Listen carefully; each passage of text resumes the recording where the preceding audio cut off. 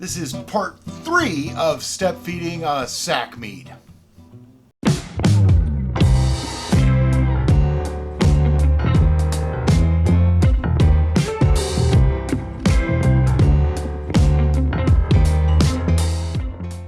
Hi, I'm Brian. I'm Terica, and you're watching City Steading Brews. We are on step 3 of our step feed Sack Mead. So what does that mean? It's real simple. We're going to take a reading, put some more honey in it, take another reading. This video, you're probably noticing, is not on our regularly scheduled delivery date because we didn't think that it was enough of a video to stand on its own. So we thought we'll just give you a nice little bonus surprise. All right, so as she said, the first thing we really want to do is just get a reading on this. So let me just set this aside for a moment. And we'll get out our reading apparatus. We are going to refill this with fresh sanitizer water because it's been like a while. The last time we did a reading was actually on December 10th. Today is January 7th, so we're roughly 4 weeks away. You can go ahead and throw that into turbos. It's going to have to get cleaned off and rinsed out. And got my turkey baster, and I'm just literally going to go in as far as I can so I don't get some of the orange zest, even though I probably will anyway. And squeeze that in here. This, again, I've been shaking this a lot. There was a period of about 7 or 8 days that we weren't home, so obviously it didn't get shaken those days, but for the most part, it's been shaken. Today, I started to and then went, oh, I'm going to do a video. I don't want to do that. So it's been sort of shaken today, but not stirred. I can see that there's a lot of carbonation. I'm now getting a lot more smell than I did before, and it's not smelling quite as nice as I remember it, which is good and bad. Possibly. It's smelling stronger of alcohol, which makes sense because at this point there should be more alcohol. There's a lot of bubbles in here, so let me see if I can, because they're artificially raising the Gravity. Reading. The reading. Yeah, they're making it float higher. But I'm going to call it at 1044. 1044 and bubbly. That's what it is. Now, the last time after we added honey, it was 1079. So from 1079 to 1044, over those few weeks, it did another 30-something points of fermentation. So it's still working. It's still going. Can we put that in there? What we're going to do now, give it a taste. And we're taking hefty tastes so that I take some out of the fermenter so I can put more honey in. You know, like around 90 mil. Now, one thing I see right away is it's clearer than it was last time. Keep in mind, I shook it up a little bit this morning. I didn't mean to. I kind of just swirled it. So it is clearer. It's lighter in color, which is interesting. I would have thought it'd be darker because more honey's added, but that means it's really working hard. Let's give it a smell. Not quite as pleasant as last time. But I'm getting a little bit of the hints of the orange and things like that. Here you go, baby. See what I mean? It's not quite as pleasant. Last time it was nice, like it was drinkable as it was. Yeah, if you've seen some of our earlier brew videos, we mentioned the footnote. This Just starting to have one. Isn't quite a footnote. And what we meant by that was an unpleasant odor. Yeah.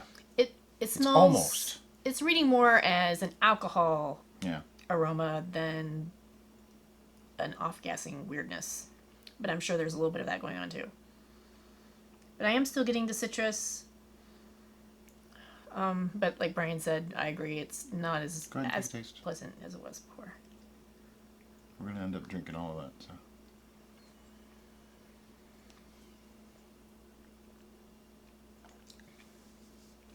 The taste up front is really nice. Ooh, yeah. But then the back end... A little bit of a bitterness.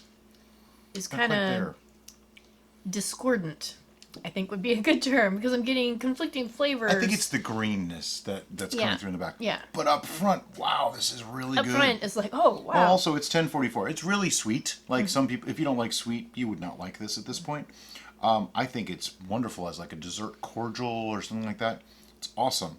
What I want to do, though, is figure out the alcohol content. Now, to do that, we have our original gravity reading, which was 1.112.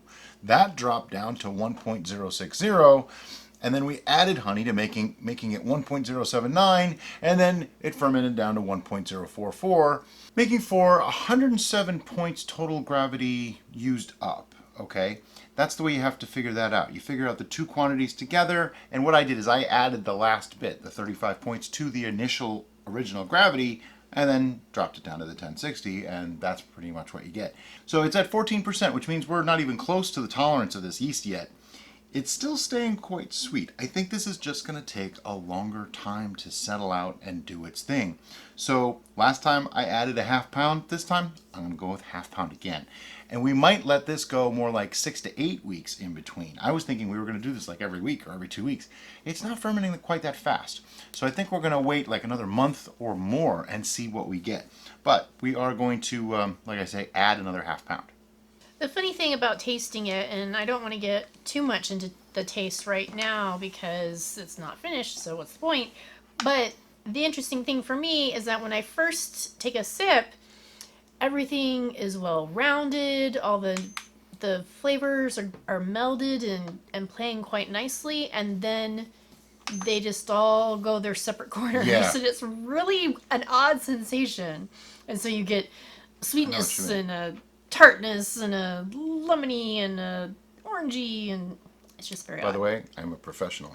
Do not attempt this at home. All right, so we got our half pound in there. I'm just going to put a stopper on with the hole. I know it's got a hole. I got one in there somewhere. I don't know where it is. And I'm just going to mix that through.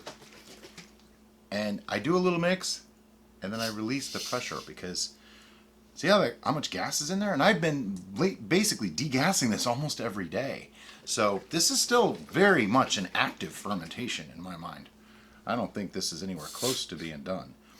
That's why I say we might let this sit even longer in between this time to really let it burn up all this, because a 1044 is still fairly high. I'd really like to see them down to dry before I start adding more in. That way we have more control over how this comes out. Got most of it. I'm just afraid to shake too hard and then have it blow up in my face. That was bad. That's why I'm covering it with my hand. There's actually a significant amount of pressure forming in there.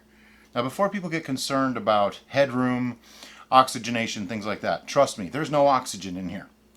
All this gas coming out, that's CO2 and many other gases, but there's no oxygen getting back in. No matter what we might have done, this is expelling CO2 like crazy.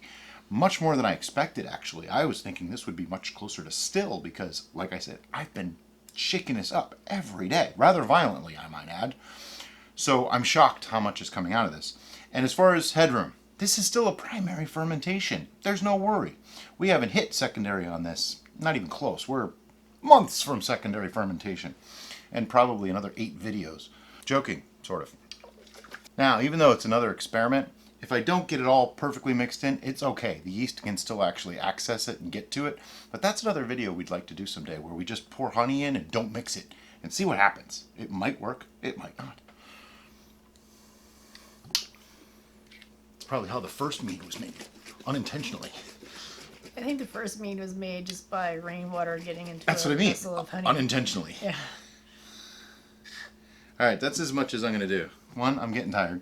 And 2, there's just so much gas buildup in here. I'm not really all that worried. But we are taking a reading. We so are going to take a reading so that things. this guy comes back up. Now, being that I put in half a pound, and as we know, honey is 35 points per pound per gallon, it should be somewhere in the neighborhood of 17 to 18 points or so. But we do this for science. And because somebody out there will tell me that I'm wrong. One thing I want to stress, I would never consider myself to be an expert brewer, okay? I've been doing this for a few years. I kind of know what I'm doing. I have my ways of doing things, and some of them are right, some of them might not be perfectly whatever. But we make good stuff. That's the one thing I want to say. We make very good tasting things. All of our friends say so, family says so, and we have some family that would be honest with me if it sucked.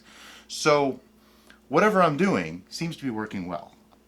I never claim to be an expert and know everything about it. So this is an experiment for me. It's a learning experience for me just as much as it is for you. So let's see here. We were at 1044, right? Yep.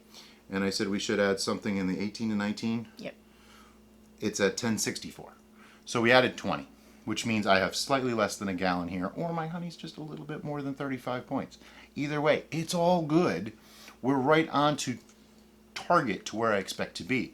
Now, the fact that as we get lower, we have less, like the gravity's 1064 versus say like 1100 or something like that. We have less for it to have to work on, which I feel over time is part of why this works. There's less sugars. That colony's already built up. It's already built up a little bit more tolerance maybe. So it might be able to work on that easier because it's not overcrowded with sugars. If that didn't make any sense, it sounded better in my head than how it came out. But I think the idea is that there's less sugars to go around, so now it can actually work on it. Because this should be an 18% at least finished product. I'm hoping for more like 20, just to prove a point.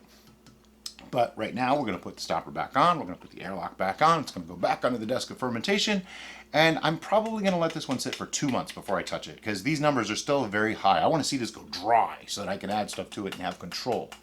What I mean by control is if this goes to 1030, let's say, or 1040 like it did today, and I add more honey to it to make it sweeter, well, it's already sweet, but is it done? We don't know yet.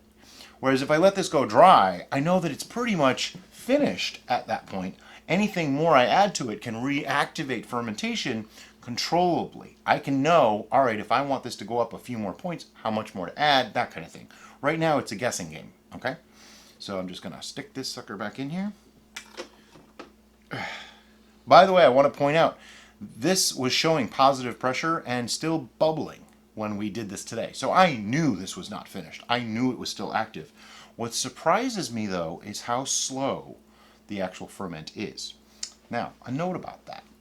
We've been hearing and seeing people starting to talk about chemicals again on the channel, different comments and stuff. And it's all about speed. Well, I'm going to go that this is one of those things that speed is not your friend, okay? We don't talk about temperature a lot because, let's just be honest, are you going to change the temperature of your house for your brew? No. So whatever you brew at is what you brew at, and you will get accustomed to those temperatures. That's why I really don't talk about it much. Our house where I ferment runs anywhere from 70 to 75 degrees. Now, if we had a dedicated building just for brewing, then temperature could be a thing because we could have a controlled environment. Sure. I don't have that, and I don't expect you to have that either. That's why I don't make a big deal about temperature, because it's really the one variable you're not as likely to be able to change easily. Find the coolest spot in your house. That's what you should use, okay? Unless your house is like 40 degrees, in that case, use the warmest spot in your house. You generally want anywhere from like 50 to 55 up to no more than 80. Past 80 degrees, you're going to start getting some off flavors. Below 50... And that's Fahrenheit. Oh yeah, these are Fahrenheit. I'll put Celsius here. Below 50, you might be retarding the yeast. Now, I've learned a lot about making bread, okay? And one thing I learned about making bread is think of it as a fermentation, not as, oh, it's doubling in size. It's a fermentation, and a long fermentation process on bread gives us more flavor. Sourdough is a perfect example of that. Sourdough has more flavors and more complex flavors because of time. So don't rush your brew if you want it to taste good. Those ferments that happen in 2 weeks and they're done and you bottle it probably don't taste real good. Aging it, letting it go slowly, these things add that complexity of flavor, and I truly believe that this, in time, is going to be one of the best meads I've ever made, even though right now it's got some questionable stuff going on, but it's still only, what, 2 months? 11, 12? Yeah, it's not even 2 months yet. It's been like 6 weeks. This is still green. This is young. The fact that it's even drinkable is a huge bonus, with no chemicals, no extra additives, nothing.